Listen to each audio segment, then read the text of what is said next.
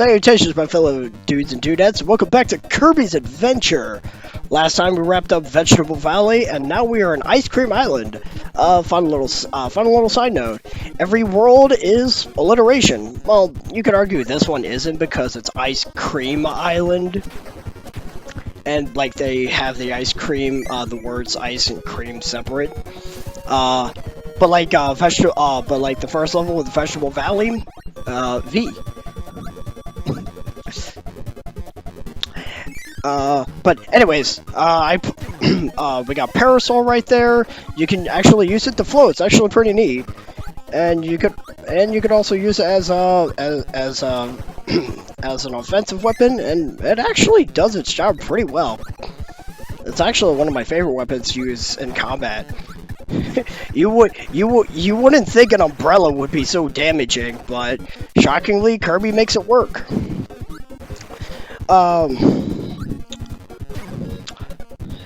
That annoys me. That is called the Crash Bomb, which will allow you to get Crash Kirby, which, as I explained early in the first part, to screen nuke. My biggest problem with the Crash Bomb is that if it hits the ground, it will immediately explode, and if you're like in a close proximity to it, you will take damage.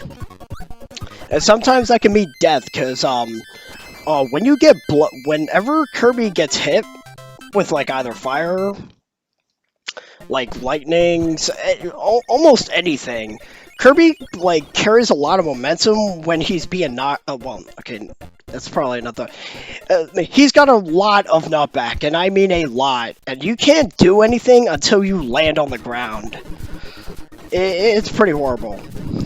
We got a minigame here, it's called Egg Catcher. Basically, King Dedede is just going to throw a bunch of eggs and bombs. You want to inhale as many eggs as you can. And the more eggs you get, the higher your bonus score is, and if you get enough, you can get extra lives. I've never managed to get a perfect score on this, but I managed to do a serviceable job. I think I managed to get an extra life once, but I don't remember if it was going to be in this playthrough or my test playthrough. You're not going to see it because I'm cutting it out, because any minigame that we've already seen, I'm editing out. You don't need to see it twice. Like, the crane game that I explained in part 1, you're not going to see it again in this part. So I should probably explain, just in short, why this video is a little bit late. Long story short, I was feeling a little under the weather.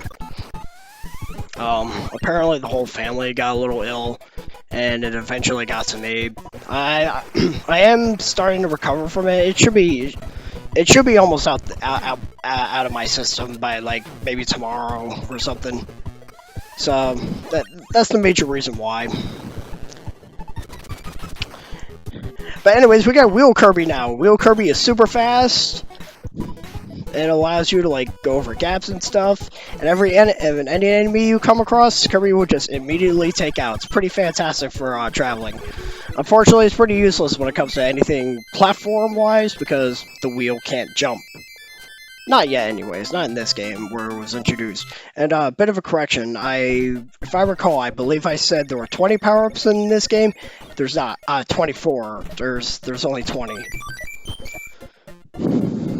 And as you can see, I managed to score some extra lives out of that.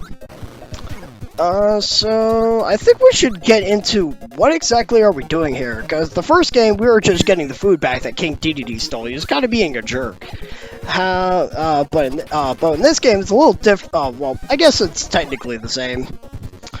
Basically, everyone in Dreamland is, or Planet Popstar is what the actual name is called, of where Kirby lives. Everyone on Popstar is unfortunately unable to dream at night when they sleep. And I guess it's kind of bothersome, so Kirby went out, goes out to investigate what's going on, because Kirby himself can't dream, despite the fact that he was having some sort of daydream in the introduction to this world.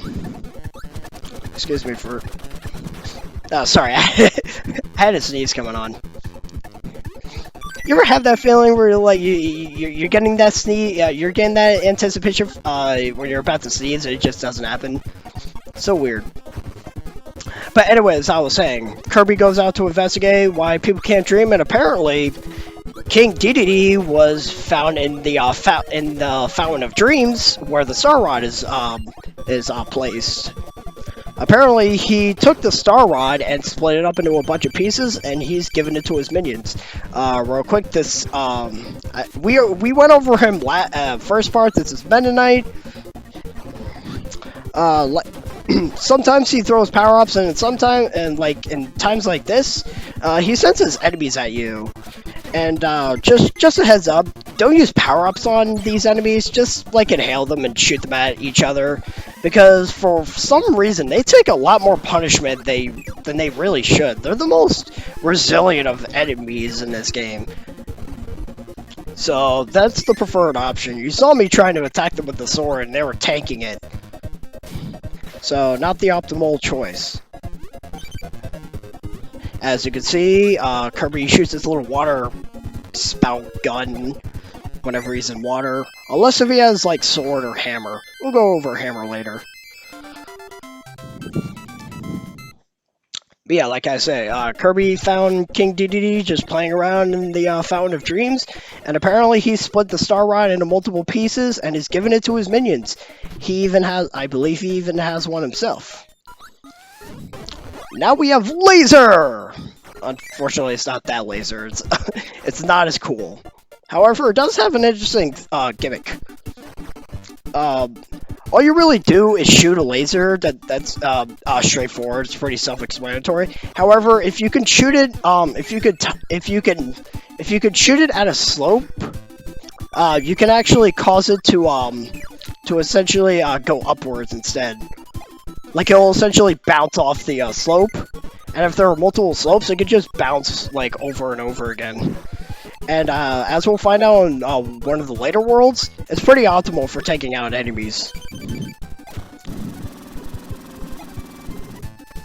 This level is kind of annoying because sometimes the enemies can sneak up on you.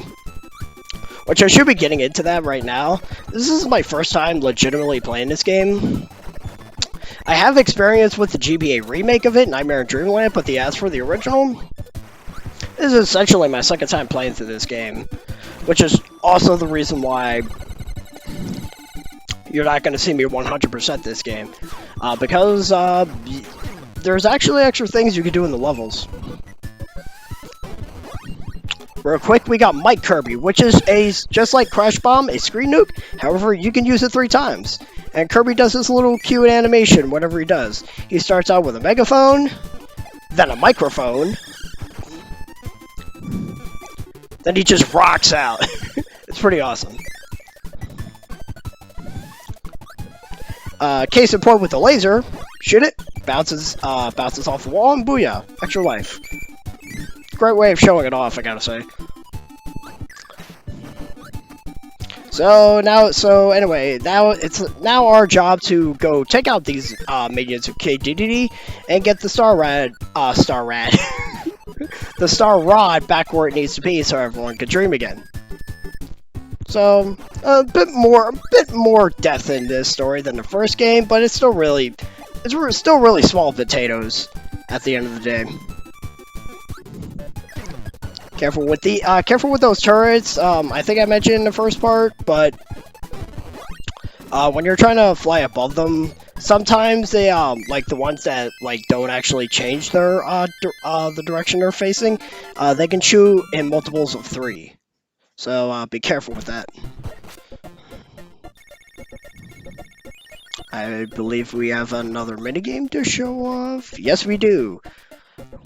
This is the arena. Simply put, you get put up against a mini-boss, and if you win, not only do you get some health, you also get the power-up from said mini-boss. In this case, it's Ice Kirby, because we had to fight Mr. Frosty. Now, just a heads up, you can always go back to the museum, even in the previous world, in case you want that specific power-up. So it's not like you're locked in, necessarily. You can go back, but there is an easier way to go between the worlds, and that's something I'm not going to be... I'm only going to show it off once, But that's only because I managed to activate the switch that allowed me to do that. Because, going back to the the percentage thing, there are switches scattered throughout these levels. And if you manage to find them, you can actually unlock minigames and such. In one case, you can actually find a warp door that will allow you to essentially go to any of the other worlds. I'm not sure if it's exactly limited, but it is something you can do to go from world to world in case there's like a specific power-up you want in order to find one of these switches. Some of them are more obvious than others, but just getting this out of the way, I'm not doing it. I don't have enough experience with this game to be able to do so, and unlike later entries in the series, you don't get anything. You don't necessarily get a different ending of the sort. It's only for the sake of unlocking those minigames. And warp doors. And for me personally, I don't find the need to go back to previous worlds. Here we got high jump. Basically, you just rocket off into the air, breaking whatever's above you, and that's all there is to it. I guess it also saves you the trouble of having to float all the time. I sort of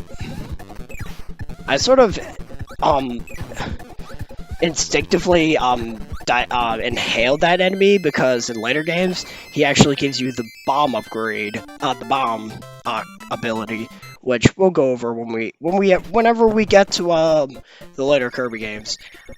I don't know if it's in Dreamland 2, but I haven't played that game either, so we'll get to that when we get to it.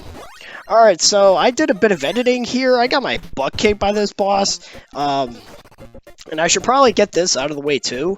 You should. I don't advise. I don't recommend trying to rush through this game or just trying to like go really fast. That's kind of the same thing I just realized. You know, I'll go more over that in part 3. Here we got. I don't know what this thing is called.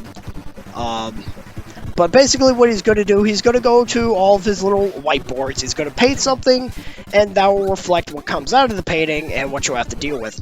Some of them will give you a power-up if you inhale them, other times it doesn't. I tend to be very reckless with this boss, which is why I actually end up dying twice. Again, you're not going to see that, but I'm a very reckless player when it comes to a game like this. Can you blame me? They give you the ability to dash.